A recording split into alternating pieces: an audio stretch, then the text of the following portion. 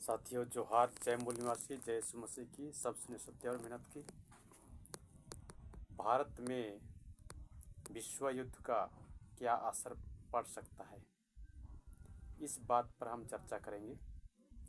क्योंकि America, Iran, Israel का लड़ाई आज जारी है और आज 8वां दिन है। अमेरिका हमेशा भारत पर दबाव बनाए रखा है और हमारे देश में जो दबाव बढ़ते जा रहा है वह मुद्दा है तेल के संबंध में, और ये तेल व्यापार के संबंध में कि यदि अमेरिका कहे भारत को कि भारत रूस से तेल ना खरीदे, और यदि वह तेल खरीदता है तो हम उस पर 25% टैरिफ लगा देंगे। और यह टैरिफ मतलब कर 25% कर लगा देगा। तो भारत पर 25% टैरिफ यदि लग गया तो भारत की संकट और बढ़ जाएगी।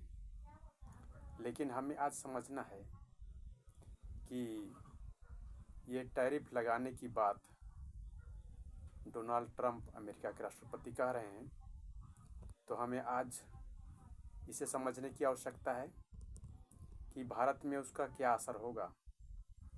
दूसरी ओर भारत के पास तेल का पर्याप्त भंडार नहीं है, जिससे वह 6 महीने या तो 5 महीने तक यदि भारत तेल ना खरीदे फिर भी उसके पास स्टॉक करने का व्यवस्था हो।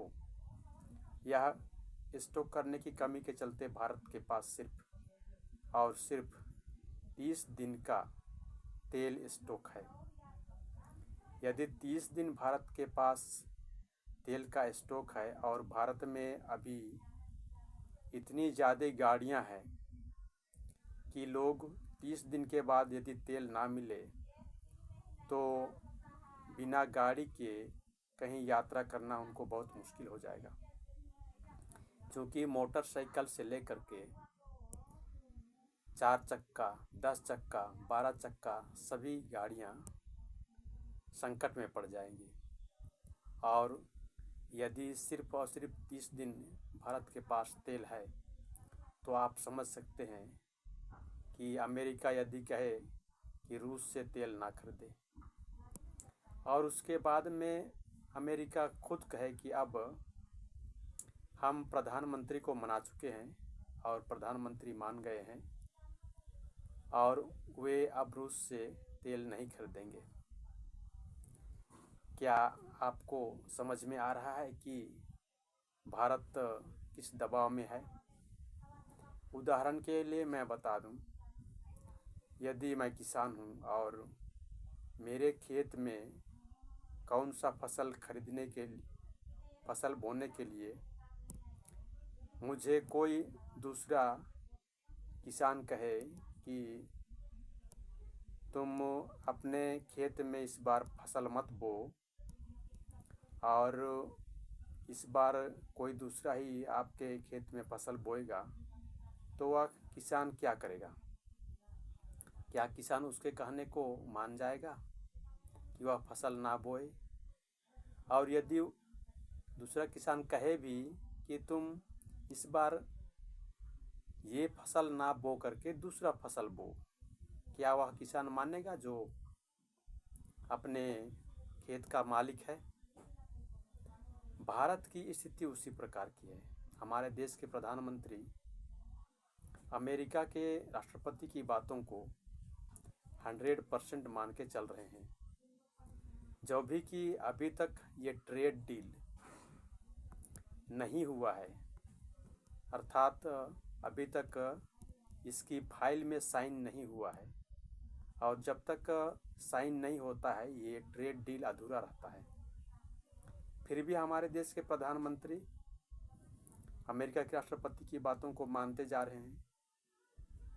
अब इस बात को जानने के लिए हमारे लिए इतना आवश्यक है कि चूँकि हमारा मालिक तो प्रधानमंत्री है, नरेंद्र दास दामोदर मोदी, और यदि हमारे देश को चलाते हुए अगर राष्ट्रपति के अमेरिका के राष्ट्रपति डोनाल्ड ट्रंप कहते हैं कि भारत के प्रधानमंत्री मेरे अच्छे दोस्त हैं, तो अच्छे दोस्त को इस प्रकार की सलाह देना कितना अच्छा होगा।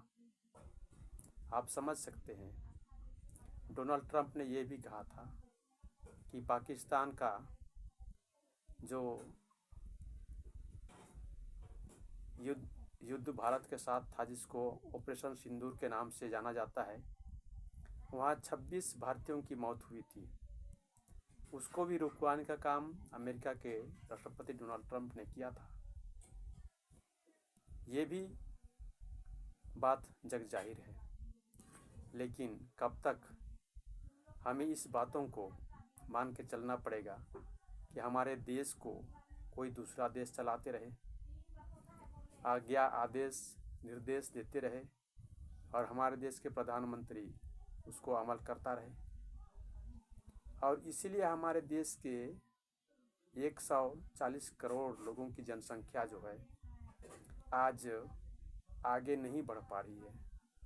अर्थात हमारे देश में ही हमारे देश के प्रधानमंत्री ST SC OBC लोगों पर सभी प्रकार के गलत कानून लगा रहे हैं, चाहे वो किसानों के कानून हो, चाहे वो मजदूरी का कानून हो, चाहे वह अन्य कानून हो।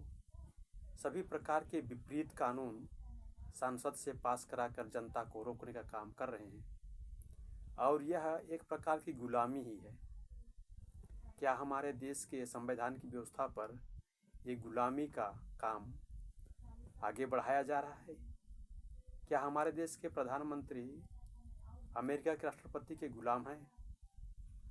क्या यदि वे गुलाम है तो इस देश के लोगों को भी वे गुलाम बनाना चाहते हैं? हमारे देश के प्रधानमंत्री अपने ही देश के लोगों को गुलाम बनाना चाहते हैं? ये किस प्रकार की शासन व्यवस्था है? आज हमें इसको बहुत गौर से समझने की आवश्यकता है।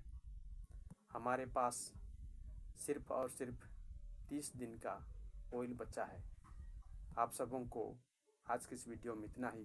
धन्यवाद। जय मूल निवासी।